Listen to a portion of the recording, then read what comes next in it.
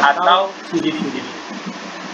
Nomor 1 misalnya himpunan A. Himpunan A adalah terdiri dari 1, 3, 5, 7, 9 dan seterusnya ya. Halo.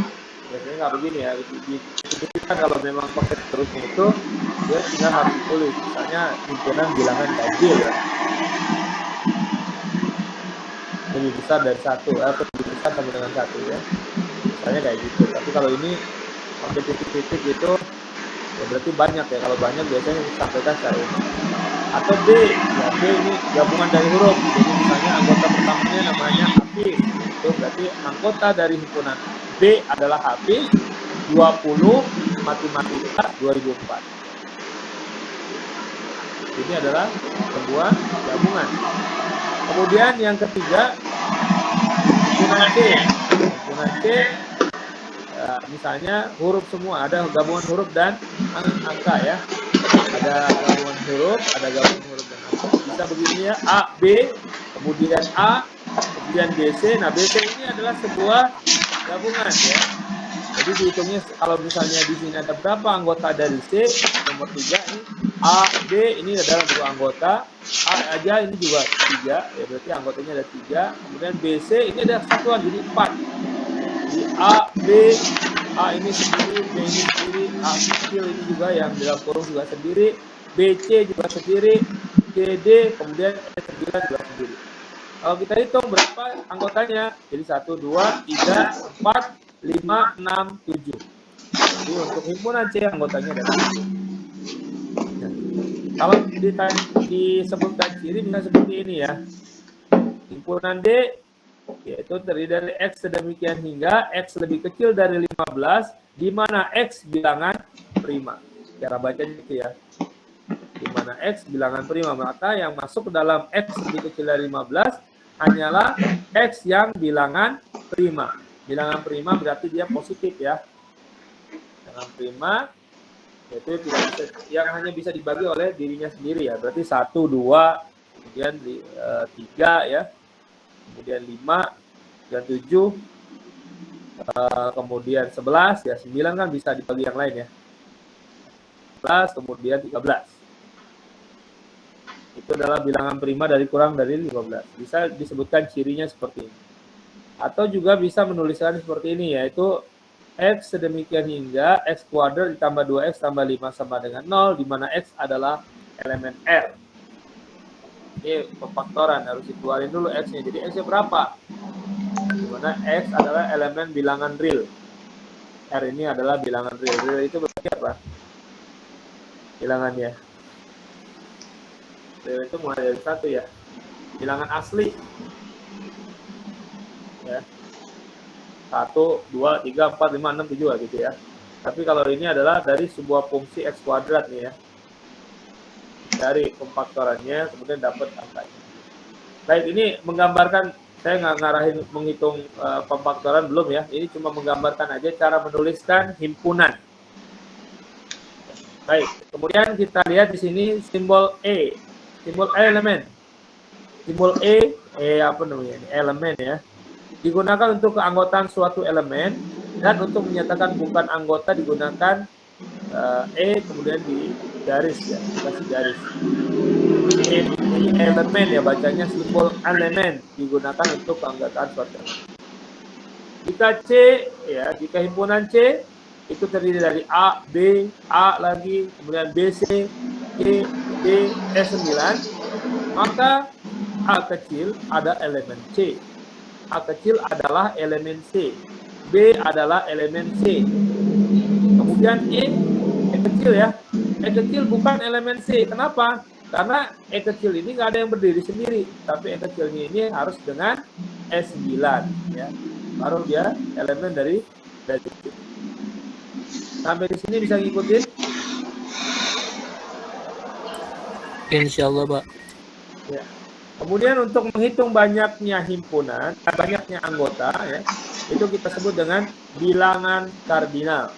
Bilangan kardinal dari himpunan C adalah 7. Caranya gimana? Jadi dari lihat di sini ya. Ya, C besar, himpunan C terdiri dari A, kemudian B, kemudian himpunan apa nih A juga gitu ya. kemudian BC, BC-nya digabung ya, kemudian C, kemudian D, kemudian E9, E9-nya digabung. Nah, berarti ada 7 kalau kita hitung. A, B, ada 1, 2, 3, 4, 5, 6, 7. Yang gabungan itu dianggap 1. Ya. Baik, sampai sini bisa dipahami?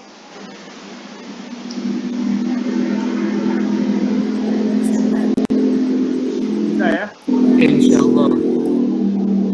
Baik, kemudian ada istilah-istilah himpunan, ada himpunan semesta, ada himpunan kosong, ada himpunan yang dalam kurung 0 ya. Nah, himpunan semesta adalah himpunan yang mencakup semua anggota yang di dalam pengamatan kita ya. Kalau yang kita tuliskan itu himpunan semesta, ya itu adalah himpunan semua yang dibicarakan, itu adalah himpunan semesta. Sedangkan himpunan kosong adalah himpunan yang tidak memiliki anggota. Himpunan kosong dinyatakan dengan simbol yaitu lingkaran garis ya, atau theta ya biasanya, atau ya, himpunan kosong dengan huruf-huruf awal tidak ada isinya. Nah, sedangkan himpunan ya tadi di bawahnya, sedangkan himpunan 0 bukan himpunan kosong. Himpunan yang beranggotakan 0 bukan himpunan kosong, melainkan suatu himpunan yang mempunyai satu anggota, yaitu bilangan 0. Ya, jadi bisa dipahami ya. Jadi himpunan kosong itu bukan himpunan 0 ya. Himpunan kosong yang nggak ada anggotanya. Himpunan dinyatakan ekivalen jika di sini ya, dua himpunan yang tidak kosong yaitu himpunan A dan B, ya, jadi dua-duanya nggak kosong, dikatakan ekivalen jika banyaknya anggota A sama dengan banyaknya anggota B. Itu bisa dinyatakan sebagai ekivalen. Contoh, kalau misalnya kardinal dari A adalah 7, kardinal dari B adalah 7 juga, maka himpunan A ekivalen dengan himpunan B. Jadi himpunan A bisa dikatakan ekivalen.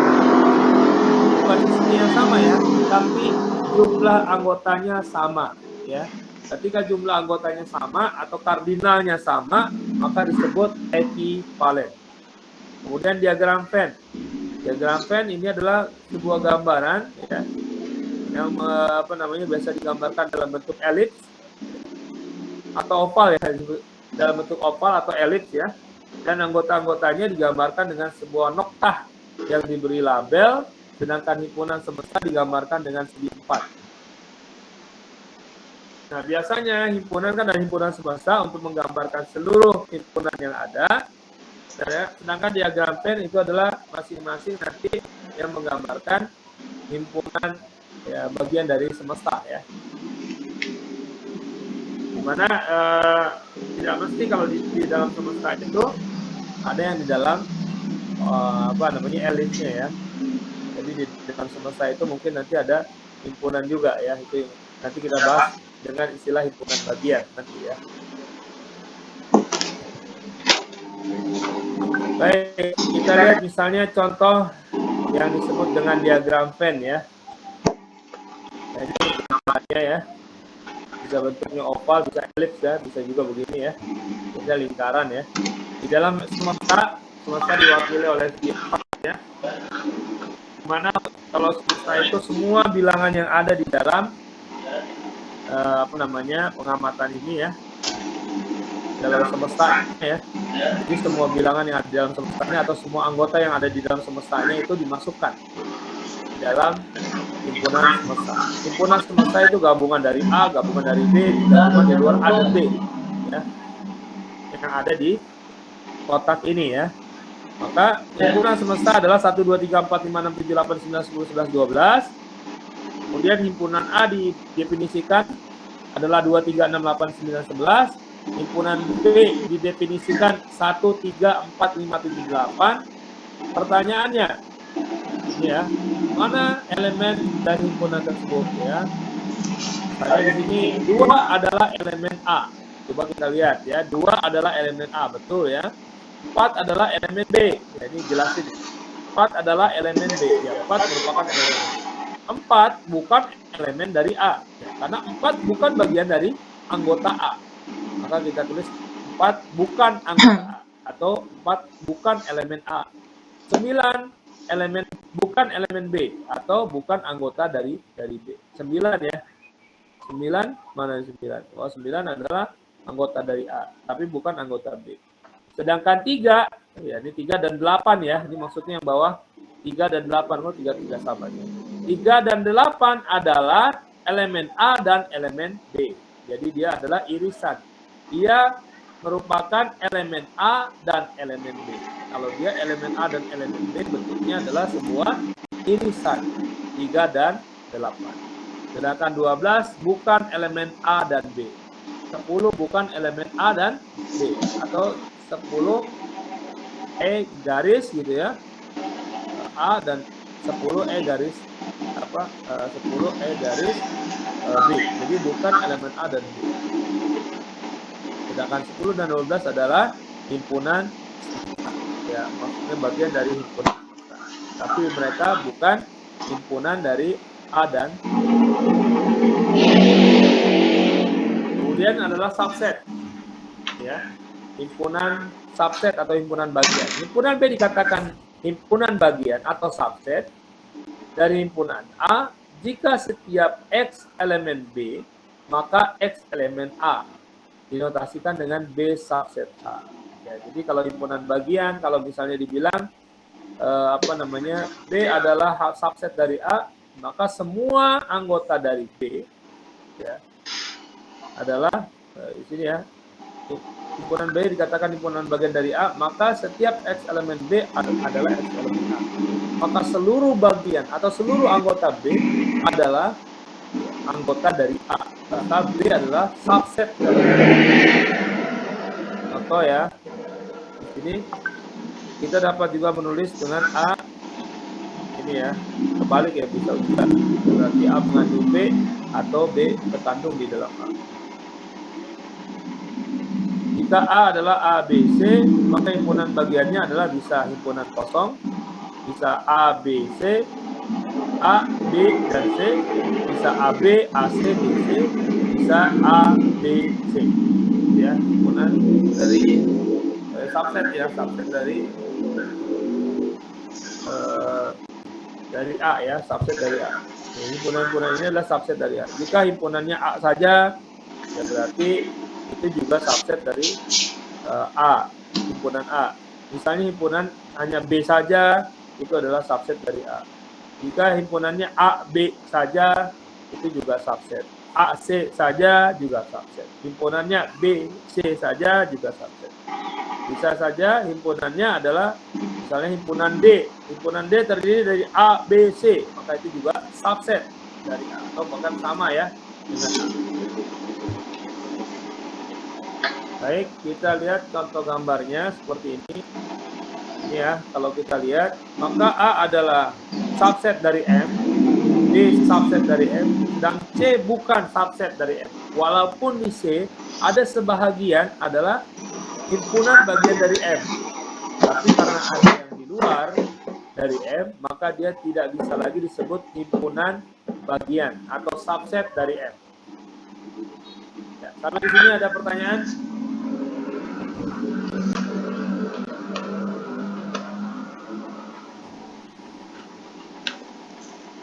Sementara kita lanjut aja ya.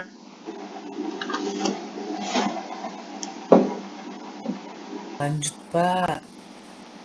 Operasi gabungan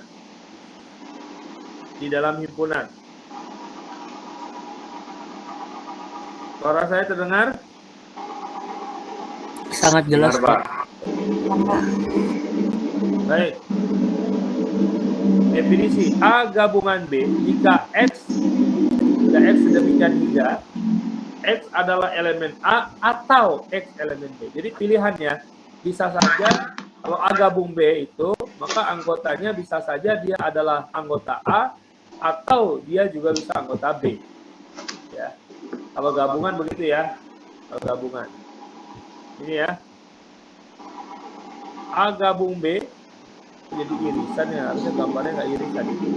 A gabung B adalah jika A 23579, B 012456, maka A gabung B adalah masukin semuanya ya. Jadi 01 2, 3, 4, 5, 6, 7, 9 ya. Maka kalau A gabung B, maka digabungin aja. Ya. Perhatikan di sini. Tapi gabungannya 0, oh 0 nggak ada, tulis 0 gitu ya. 1 nggak ada, tulis 1. 2 dengan 2 ada 2, tapi yang ditulis cuma 1 aja, yaitu 0, 1, 2 gitu kan. Kemudian 3 ada di A, masukin 3. 4 ada di B, masukkan 4. 5 ada di B, masukkan 5. 6 ada di B, masukkan 6. 7, 9 ya. Namanya gabungan, ditulis semua ya yang ada di A dan B. Ditulis semua yang ada di A dan B. Itu yang kita sebut sebagai gabungan. Ya, contoh lagi adalah A gabung D. Maka misalnya 2, 3, 5, 7, 9, D-nya adalah isinya Anto 14L. Ya udah, kalau namanya gabungan ditulis semua 2, 3, 5, 7, 9, Anto 14L. Gitu ya. Pak, boleh nggak saya tulis ini Pak, A gabung B, yang B ya. Saya tulis dulu 0, 1, 2, 4, 5, 6, kemudian 2, 3, 5, 7, 9. Ya bisa juga, tapi kita lihat yang dua yang sama, kita jadikan satu aja, ambil ya. Nah, tapi nanti kita urutkan ya, lebih gampang ngurutinnya ya. Itu kalau union ya, gabungan ya. Kalau gabungan itu bisa salah satunya adalah anggota dari himpunan penggabungnya itu ya, asal gabungannya itu. Misalnya A dan B digabungkan ya, bisa saja dia himpunan itu adalah data itu adalah dari A atau dari B. Jadi pilihan ya. Kalau yang harus wajib dua-duanya A dan B, nah itu pakainya dan bukan atau. Nah, seperti ini ya. Operasi irisan. Operasi irisan A irisan B jika X sedemikian hingga X elemen A dan X elemen B. Jadi X ini elemen A juga, elemen B juga. Contoh ya, A dan B. Contoh A-nya 2, 3, 5, 7, 9. B-nya 0, 1, 2, 4, 5, 6. Pertanyaannya, A irisan B.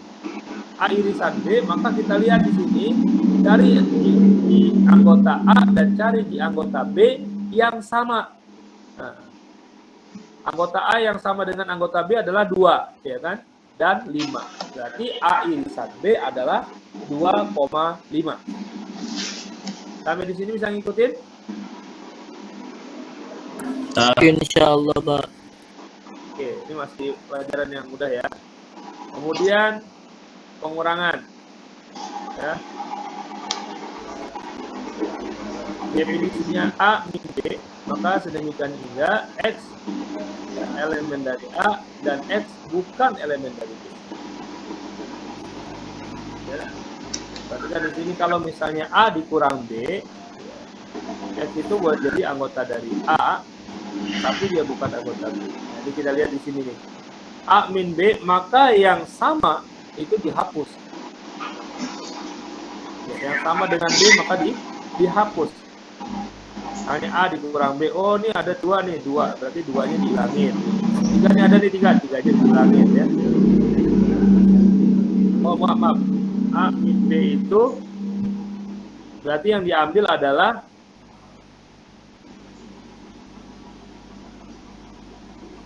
balik ya, A min B atau bukan? A min B, oh ya benar ya. A min B berarti A-nya dihilangin ya. 2 dengan 2 hilang ya. Ini A min B.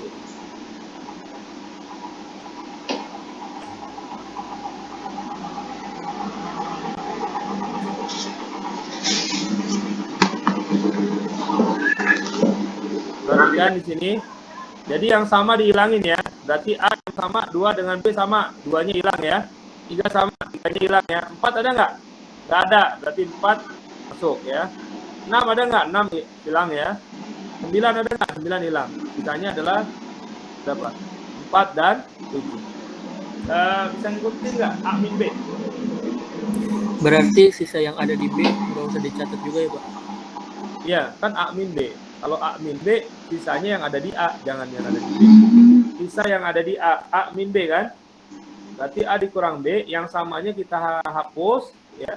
Yang samanya dihapus, sisanya 4 dan 7. Kalau B min A, perhatikan B min A.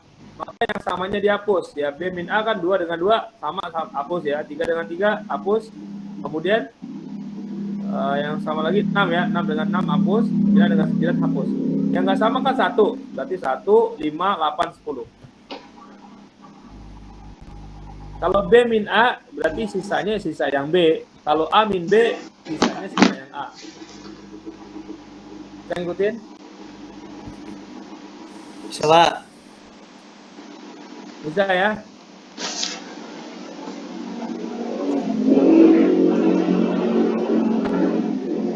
Bagaimana? Mudah ya, mudah? Halo, halo? Masih bisa ngikutin, Pak. Insya Allah, Ya. Pak. Sekarang setangkup, beda setangkup.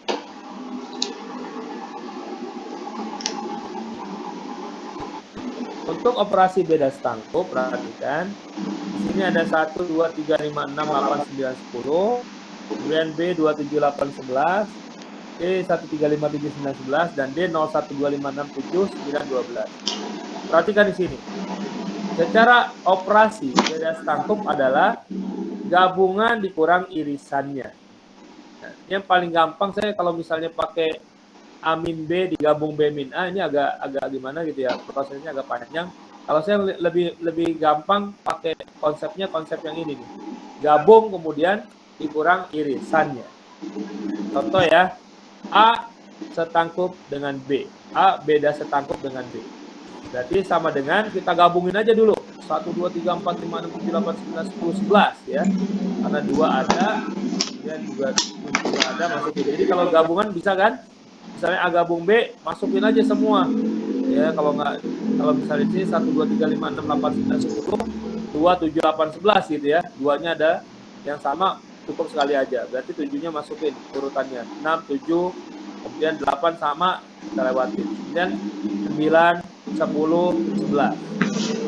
Jadi kita bisa tulis 1, 2, 3, 4, 1, 2, 3, 5, 6, 7, 8, 9, 10, 11.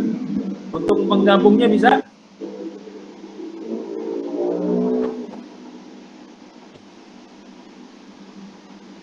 Halo, halo? Bisa, Pak. Bisa, Pak. Ya. Ulang, Pak. Ulang. Ya, ini A dan B, perhatikan A dan B. Maka kalau gabungan, digabungin aja semua. Ya. Jadi gabungin aja A dan B. Jadi semua himpunan B masukkan ke dalam A. Bisa? Untuk yang angka 2, ini kan ada 2 ya. Ini 2-nya di B ada, di A ada. Nah, itu cukup 1 aja masukinnya. 8 kan ada 2 ya, 8, 8. Makanya 8-nya 1 aja. Sehingga bisa kita tulis 1, 2, 3, 5, 6, 7, 8, 9, 10, 11. Itu gabungannya. Sampai di sini bisa ngikutin? Gabungannya? Oke, insya Allah. Ya, ini ya. Intinya ini data yang ada di sini digabungin dengan ini. Berarti yang B masukin aja semuanya ke A. Kita bisa tulis seperti ini. Nah, setelah digabungkan, kemudian di sini sampaikan dikurang irisannya. Maka cari yang ada di A dan di B itu sebagai pengurangnya. Nah, berarti di sini yang sama A dan B adalah 2 dan 8. 2 ada di A dan B. 8 juga ada di A dan B. Berarti 2 dan 8 kita hilangkan. Sehingga A beda setangkup dengan B adalah 1, 3, 5, 6, 7, 9, 10, 11. Gitu ya caranya ya. Lebih mudah dengan cara gabungkan, kemudian kurangin selisih, kemudian kurangin irisannya. Nah, ini komplement saya. Nah, ini dia ya, pengajar bahasa himpunan, akan dibaca saja. Untuk pemangkatan, dan ini bisa dibaca. Kita lewatin aja, kita masuk ke slide selanjutnya, yaitu fungsi.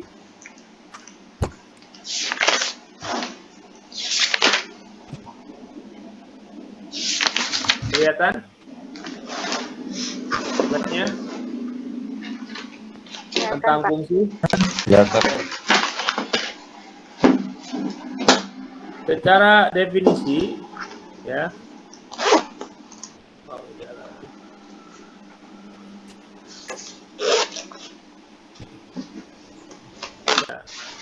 Pengertian fungsi, relasi dari himpunan A ke himpunan B disebut sebagai fungsi atau pemetaan jika dan hanya jika setiap unsur dalam himpunan A, perhatikan, jika dan hanya jika setiap anggota dari himpunan A berpasangan tepat dengan satu unsur dalam himpunan B.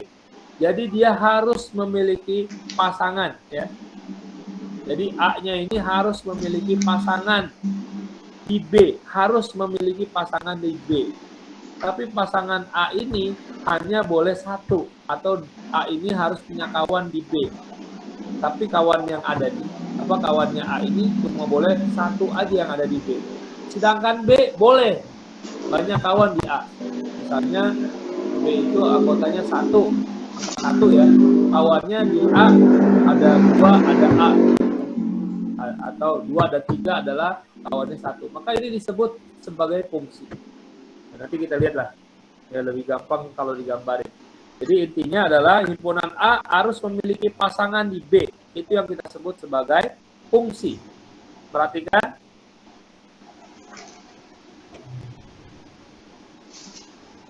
Misalkan F adalah suatu fungsi dari himpunan A ke himpunan B, maka fungsi F dilambangkan dengan F sedemikian hingga A dipetakan kepada B. Ya, itu gambarnya, gambar dipetakan. Himpunan A dinamakan domain atau daerah asal. Himpunan B disebut sebagai kodomain atau daerah kawan. Asal dan daerah kawan. Kemudian himpunan semua anggota B yang mempunyai kawan di A dinamakan hasil. Jadi di dalam himpunan anggota B, ya, di dalam himpunan B, anggotanya, ya, jika dia adalah memiliki kawan di A, maka dia disebut sebagai hasil. Ya. Di rank atau hasil. Jadi yang di B kalau kita ditanya hasilnya yang mana? Hasilnya adalah yang ada di B. Yang ada di B itu sebagai hasil, sedangkan yang ada di A itu sebagai domain. Untuk kodomain atau B itu belum tentu disebut sebagai hasil. Jika B tidak memiliki kawan di A, ya, jika B tidak memiliki kawan di A itu boleh saja tetap dianggap fungsi, ya. Jika dia tidak memiliki kawan di A. Nah, tapi kalau A wajib punya kawan di B. Itu yang disebut fungsi, ya. Ini kalau misalnya masih begini masih sulit ya untuk dicerna karena masih pernyataan. Nanti kita lihat gambar. Nah, coba kita lihat gambarnya ya. Perhatikan gambar yang pertama. Gambar yang pertama, A dipetakan ke B ya, atau A difungsikan ke B. Maka semua domain itu adalah daerah asal. Daerah asal di sini adalah himpunan A. Itu memiliki teman atau kawan di B. Perhatikan. Ya, A memiliki kawan di B. Ya, ada 3, 4, 5. Jadi satu-satu nih semuanya, fungsi satu-satu. Nah, kalau seperti ini, maka ini disebut sebagai fungsi. Perhatikan. Nomor 1 dianggap fungsi. Nomor 2 yang kanan ya, bukan 2 yang bawah. 2 yang kanan. Yang sebelah kanan. Saya tunjukkan kursornya, kelihatan nggak? Ini. Yang sebelah kanan, kelihatan kursornya? Ada, Pak. Kelihatan, Pak. Maka A dipetakan ke B. Nah, di sini kita lihat. Anggota A itu 4 ya. Itu memiliki 2 kawan di B. Yaitu 2 dan min 2. 1 punya himpunan A, anggotanya adalah 1. Itu memiliki kawan 2 juga. 1 min 1. Nah, yang seperti ini berarti bukan fungsi. Jadi harusnya yang ada di A itu hanya punya kawan 1 saja di B. Dia boleh punya kawan hanya 1 saja di B. Maka itu disebut sebagai fungsi. Nah, ini nomor 2 yang ini ya, yang sebelah kanan ini adalah bukan fungsi. Baik, kita lihat yang bawah. Yang bawah itu bukan nomor 2 harusnya, tapi nomor 3 ya. Yaitu A dipetakan kepada B. Di sini 4, 3, 2, 1. Semua anggota A memiliki kawan di B. Ya. Dan B ini ada 1 ya. Dia walaupun dia punya 4 begini. Ini adalah fungsi. Nomor 3 ini yang bawah ya. A ke B ini 4, 3, 2, 1. Semuanya punya kawan di B, tapi kawannya adalah 1. Nah, ini adalah tetap fungsi. Jadi fungsi ini boleh begini. Ya. Jadi jawabannya 1. Walaupun angkanya 4, 3, 2, 1. walaupun ada 4 di A, tapi kodomainnya cuma 1. Dan semuanya memiliki kawan yang ada di A. Berarti kita anggap dia sebagai fungsi. Kalau ini jelas fungsi, karena dia satu-satu ya. Sama, masing-masing yang ada di A semuanya dapat kawan. Ini penjelasannya. Pada gambar 1, 3, dan 4, setiap anggota himpunan A mempunyai pasangan tepat satu anggota. Ingat, pasangannya tepat satu anggota himpunan B. Relasi yang memiliki ciri seperti ini disebut sebagai fungsi atau pemetaan. Sedangkan pada gambar 2, bukan fungsi, karena ada anggota A yang punya pasangan lebih dari satu anggota B. Ya, kita coba lihat lagi. Sekali lagi, coba kita lihat persoalan fungsi. Nah, ini kita lihat yang A adalah sebuah fungsi ya. Yang A adalah sebuah fungsi. Kemudian yang B bukan fungsi. Kenapa? Karena A punya kawan 2. Ya, di himpunan A ada satu anggotanya mempunyai kawan 2 di B ya. Yang A kecil ini kawannya 1 dan kawannya 2. Ini nggak boleh. Ya. Sedangkan C juga bukan fungsi. Ya, kenapa? Karena ada himpunan A yang tidak punya kawan di B. Karena dia tidak punya kawan di B, maka dia bukan fungsi. Jadi kalau domain wajib punya kawan di B. Jadi diagram panah A merupakan fungsi karena setiap anggota A dipasangkan dengan tepat satu anggota B. Diagram B bukan fungsi. Diagram C bukan fungsi. Ya, penjelasan kayak tadi. Sampai di sini bisa ngikut.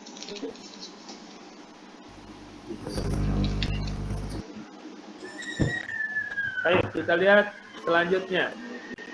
Kalau seandainya fungsi pemetaannya seperti ini ya, gambarannya adalah, pertanyaannya adalah yang mana yang bukan fungsi? Ya. Kalau itu pertanyaannya, carilah yang merupakan fungsi. Jawabannya adalah 1, 3, 4, 6. Kita lihat satu-satu ya. Satu adalah merupakan fungsi. Kenapa?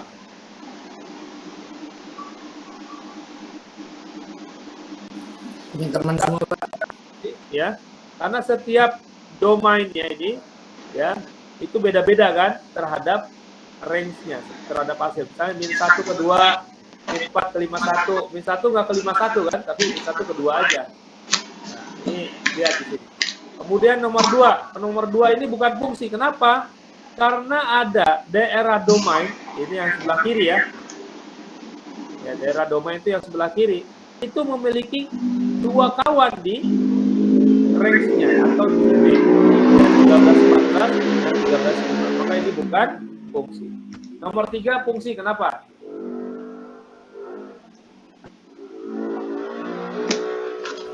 Karena semuanya memiliki tepat satu kawan. Karena domainnya beda-beda, Pak. Semuanya beda-beda, ya. Tapi semuanya yang anggota A punya teman di B, kan itu ya. Nomor 4 adalah fungsi. Kenapa? Sama ya, kayak gitu ya. Nomor 5 bukan fungsi. Kenapa? Nomor 3 punya 2 kawan. Ya, nomor 3 yaitu 3, 4, dan 39. ya, 39. Kemudian nomor 6 adalah fungsi. Nomor 7 bukan fungsi. Kenapa? 8 range-nya 2 kok, Pak. Ya, 8 range-nya ada 2, yaitu 8, 11 dan 8, 19. Sampai di sini bisa paham ya? Fungsi dan bukan fungsi. Oke. Kita lanjut. Nah, ini baru kita mengenal istilah range ya. Ini adalah sebuah fungsi ya. Ini gambar A dipetakan ke B adalah sebuah fungsi. Kenapa? Walaupun ada B yang tidak punya teman di A, itu nggak ada masalah. Atau di sini ada 10 dan 12 ya, yang nggak punya teman ya. Tapi dia adalah disebut kodomain, sedangkan yang lain disebut sebagai range, karena dia ada temannya di A. Sedangkan A semuanya wajib punya teman di B. Itu yang kita sebut dengan fungsi. Contohnya adalah sebagai berikut. Di sini ada 1, 2, 3, 4. Maka ketika kita diminta mencari range range-nya, ya kita harus tahu fungsinya. Misalnya fungsi pemetaannya adalah 2x plus 3. Maka 2x plus 3 ini kita masukkan angka atau anggota dari A. Misalnya 2x, berarti angka pertama 1 ya. 2 dikali 1, 2, ditambah 3, 5. Maka range-nya adalah 5. 1 ke 5. Kemudian 2. 2 range-nya adalah 2 dikali 2, 4. Kemudian ditambah 3, 7. Maka 2 temannya adalah 7. Kemudian 3 kita masukkan ke dalam fungsi. 2 dikali 3, 6. 6 tambah 3, 9. Maka 3 temannya 9. Kemudian 4 juga sama, 4 kali 2, 8, 8 tambah 3, 11, maka 4 temannya adalah 11. Sedangkan 10 dan 12 itu bukan range, itu hanya kodo. Sampai di sini paham apa yang disebut dengan domain, kodomain, dan range? Paham, Pak. Baik, lanjut. Bagi yang sholat Jumat sebentar lagi ya, sebentar lagi saya jelasin.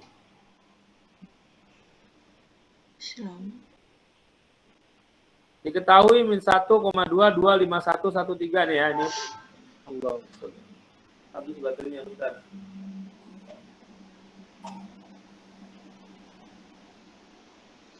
Ada yang sudah waktu sholat Jumat?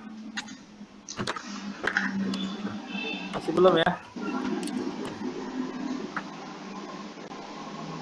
Nah ini sini mana domainnya? Domainnya ada yang sebelah kiri, kita sebut sebagai domain. Maka ketika di tangan domain yang nomor 1 adalah min 1, 2, 1, 8, 9. Kemudian range-nya adalah yang sebelah kanan 2, 5, 1, 3, 2, 2, 5, 1. Sampai di sini bisa ngikutin domain dan range? Bisa, Pak. Bisa, oke. Kita lanjut. Nah ini kemudian nah kita lihat sebagai fungsi. Nah jika ada sebuah fungsi seperti ini, kemudian domainnya adalah ini ya, F1 dan F1, maka kita masukkan untuk mencari range-nya dalam rumus berikut ya. Maka F1 X-nya diganti menjadi 1. Berarti kita tulis 2, X-nya kita ganti 1, 2 dikali 1 dikurang 4 sama dengan min 2. Kalau min 1 berarti 2 dikali min 1 min 2 dikurang 4 min 6. Ini adalah gambaran dari sebuah fungsi ya, dan cara menghitungnya. Ini masih yang sederhana ya, belum yang rumit. Sampai di sini bisa ngikutin cara memasukkan data domain ke dalam fungsi.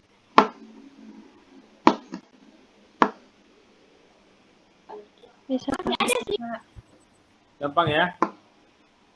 Ya, kita lanjut.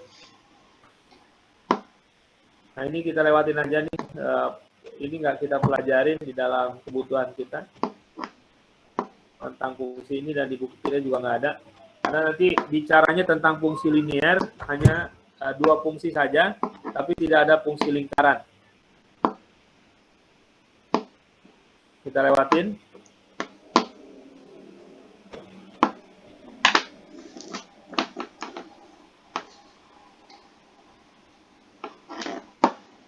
Nah, inverse fungsi ini perlu dijelaskan karena ini adalah fungsi kebalikan. Nah, kadang-kadang kita pakai itu ketika kita melihat fungsi permintaan dan fungsi penawaran. Jadi mau nggak mau nanti ada proses mencari ya.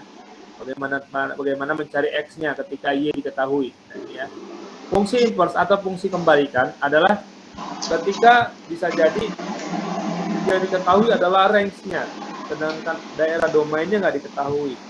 Nah itu mau nggak mau kita harus pakai fungsi inverse atau fungsi kebalikan. Ini langsung aja kita lihat contohnya.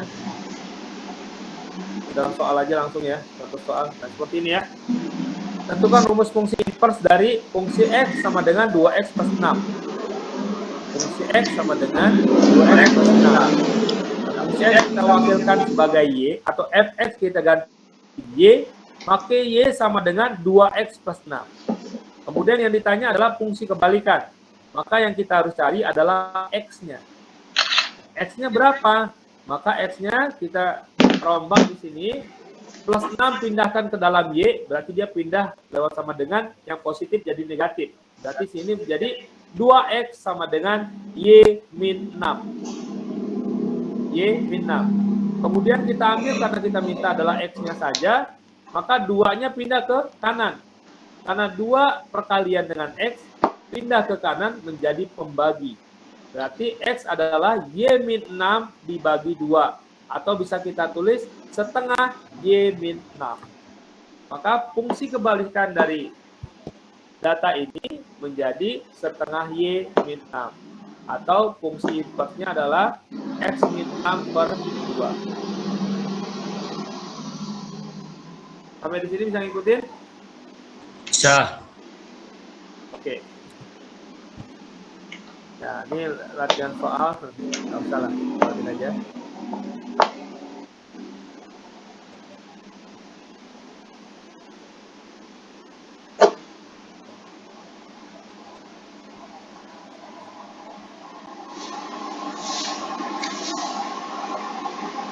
Kemudian ini ada operasi fungsi. Nah, ini operasi fungsi ya. Jika F ditambah GX, maka bisa kita tulis FX ditambah GX. F min GX bisa kita tulis fungsi X dikurang fungsi GX. A dikali FX, A ini adalah sebuah konstanta ya. A ini adalah sebuah konstanta bukan fungsi. Konstanta dikalikan dengan fungsi bisa kita tulis konstanta dikalikan dengan fungsi. Kemudian F titik G ini adalah perkalian, berarti fungsi X dikalikan dengan fungsi GX. Ya. Kemudian fungsi F dibagi dengan G ya, maka menjadi fungsi X dibagi dengan GX. Di mana GX syaratnya tidak boleh 0, karena kalau misalnya 0 tak berhingga, jadinya nggak akan berdefisi ya.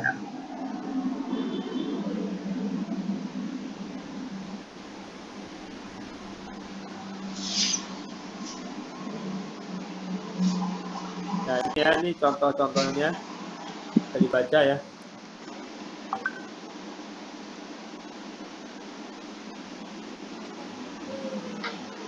Ya. Kemudian fungsi yang nanti kita akan pelajari setelah ini adalah fungsi linear.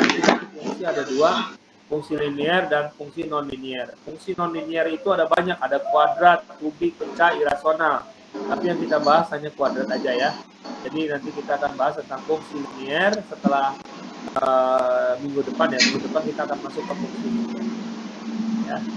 Nah, setelah itu baru pertemuan keempat nanti kuisnya ya. Jadi fungsi linear. Di pertemuan minggu depan. Jadi fungsi linear itu adalah fungsi bukan kuadrat ya. Jadi dia pangkatnya pangkat 1 X. Sedangkan kuadrat ya mulai dari dia pangkat 2. Sedangkan kubik lebih itu lebih dari pangkat 2 ya. Dan seterusnya. Mungkin itu yang saya sampaikan. Untuk pembuatan grafik nanti kita akan bahas di fungsi linear. Baik, untuk tugas atau ada yang mau tanya sebelum saya jelaskan tugasnya?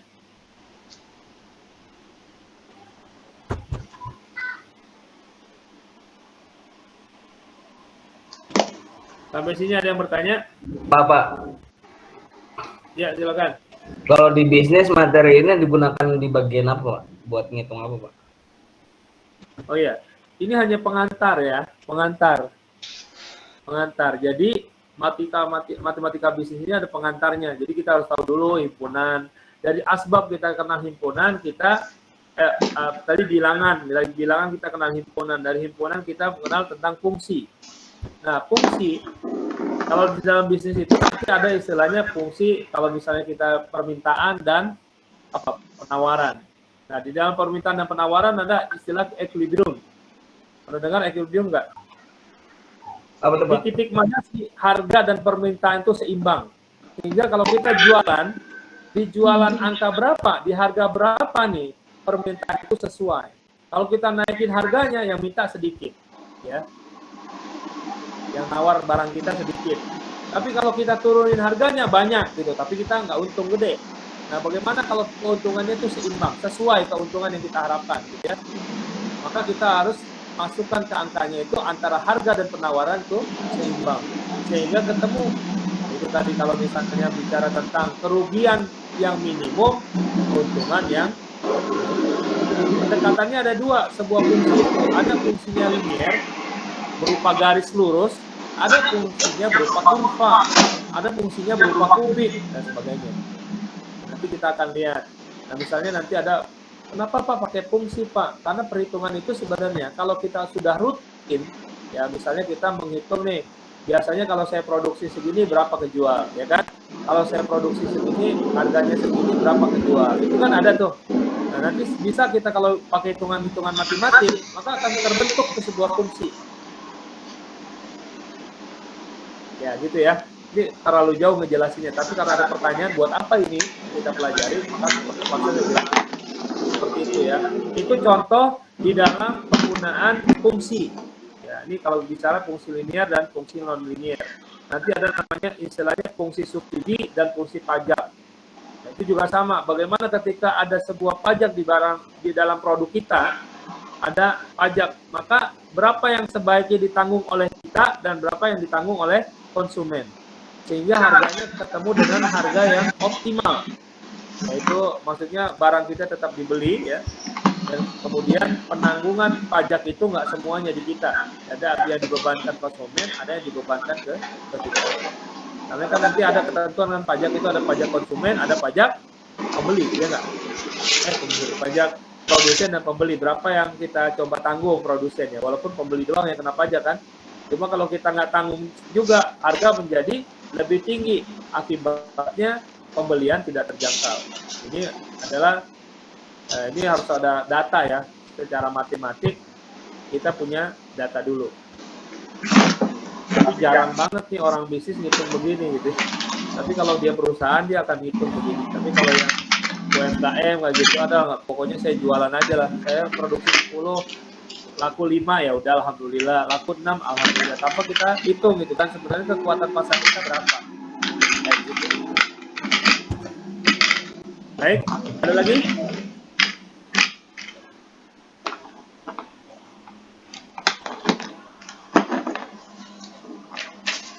Ada lagi pertanyaannya?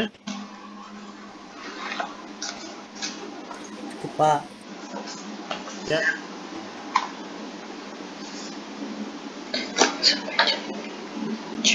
Siapa?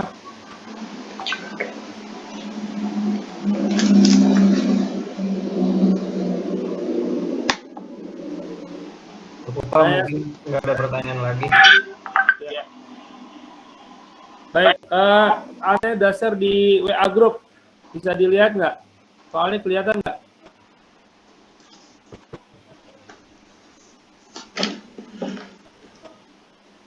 Kelihatan soalnya saya share di grup.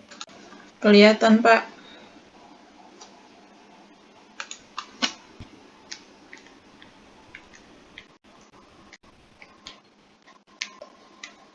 Di grup ini ada nomor 1 itu CDE ya, nomor 2 CDE lagi, nomor 3 B dan D, nomor 5 ABC.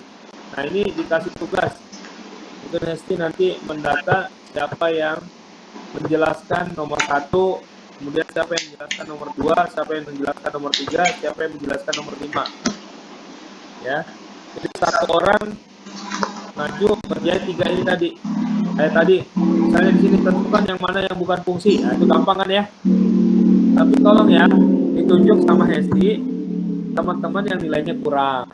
Ya, kira-kira nilainya akan kurang. Jadi nanti kalau kuis apa itu nilainya di bawah, ya, baru apa namanya ini kasih sesi sama Hesti kan ya? Hesti mana Hesti? Ada Hesti? Iya, Pak. Ya, ada, Pak. Kelihatan nggak? Di grup.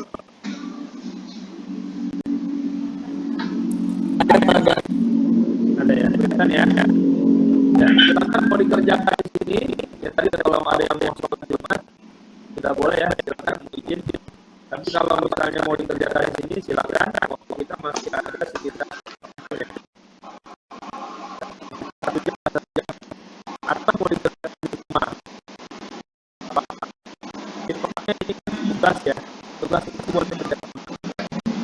Tapi yang baca tetap otak. Kenapa sih Pak dikasih kesempatan kayak ini? Karena saya berharap yang nggak ngerti itu maju ke depan. Kalau dulu di kelas gitu ya, maju ke depan kemudian dia menjelaskan.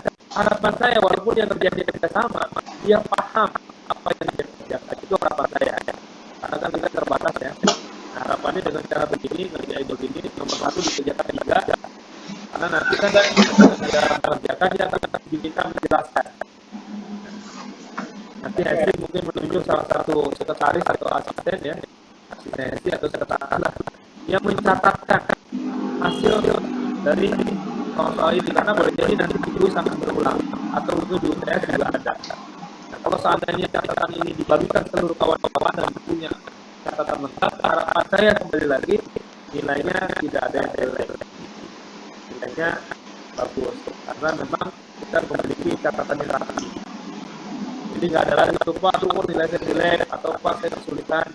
Ya, harapannya dari sini ada kesempatan kerjain dengan cara presentasi ada bisa. Nah, nanti yang menilai kira-kira siapa yang bisa untuk maju ya. Ini berarti ada 4 soal, 1 orang yaitu ada yang ABC, ada yang CGE, ya, ada yang CEPA 2 saja, ada yang CEPA 3. Silakan nanti harus ditentukan. Kemudian kalau misalnya hari ini mau dibahas, oke, nggak apa-apa. Berarti harus segera ditunjuk siapa orangnya, kemudian mengerjakan, kemudian mempresentasikan. Tapi kalau misalnya khawatir maju nilainya nggak benar, ya silakan kita kerjakan di rumah aja.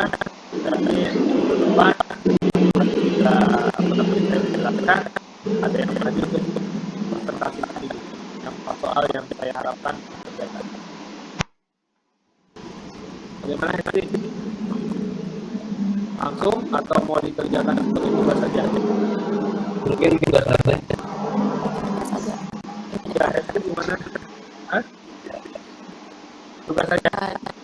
Ya Pak, tugas saya untuk minggu depan bahasa. Ya. Tugas saja ya, dikerjakan ya, tolong ya. Yang itu cuma Hesti 4 orang ya. Nanti mungkin di grup dibaca 4 orang. Kalau bisa memang dirasa.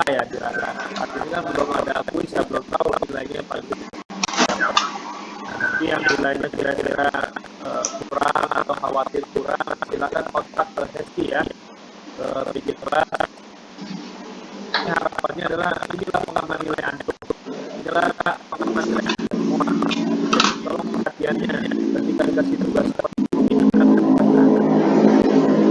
karena ini biasanya nggak ngasih peluang untuk perbaikan nilai. Jadi kita lihat aja, karena kan kita udah bilang, saya udah sampaikan, kita udah paham bahwa antara kuis 1 dan kuis kedua diambil kuis terbaik. Jadi dimana kalau ada antum yang maju ya, ke depan dan betul, maka semua nilai kuisnya bertambah 10. Jadi diambil nilai yang terbaik antara kuis 1 dan kuis kedua. Harapan saya tidak ada lagi istilah perbaikan nilai. Ya, itu ya. Jadi dari kuis ke-1 dengan kuis kedua biasanya lebih ambil kuis kedua. Lebih baik di kuis ke-1 Anda kira-kira 80 lah minimal ya. 80. Kalau di bawah 80 ya sebaiknya kuis kedua ikut. Baiknya. Jadi nggak lagi perbaikan setelah itu gitu. Perbaiki lagi kebanyakan perbaikannya ya. Saya sudah dapat seperti itu, dan dari evaluasi saya dari tahun ke tahun ini adalah nilai yang terbaik. Dari tahun ke tahun dengan pola seperti ini mendapatkan nilai yang terbaik. Ada berapa yang nggak lulus? Sampai saat ini so far untuk Madis lulus. So far ya. Tapi nilainya ada nggak yang kecil? Ya, mungkin ada. Gitu ya. Tapi kalau misalnya statistik saya kan ada statistik juga. Nah itu ada yang nggak lulus, mungkin kan ada yang nggak lulus, tapi nggak semua mungkin kan nggak tahu kok siapa yang nggak lulus. Itu udah ada polanya, ada berbeda ya. Memang nggak paham, tapi kalau memang mau tahu itu tidak agak sedikit. Nah, harapan saya belum ada peristiwa sampai ini nggak lulus ya. Pada umumnya sih lulus dengan pola yang seperti ini. Mungkin ya teman-teman sudah pernah belajar tentang ini semua, sehingga masih bisa dikerjakan dengan optimal. Mungkin itu yang bisa saya sampaikan. Saya kembalikan ke Hesti. Silakan kalau memang nggak ada pertanyaan, itu tadi tugasnya. Silakan dikerjakan ya.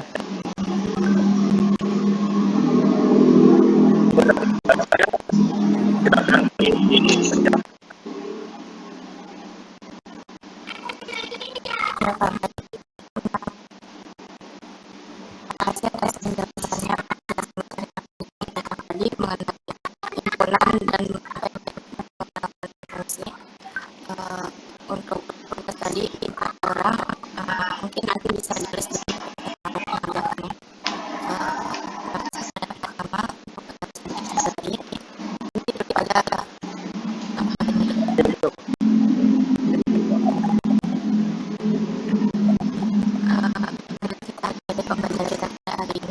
Dengan mengucapkan hamdalah bersama-sama. Amin rabbil alamin.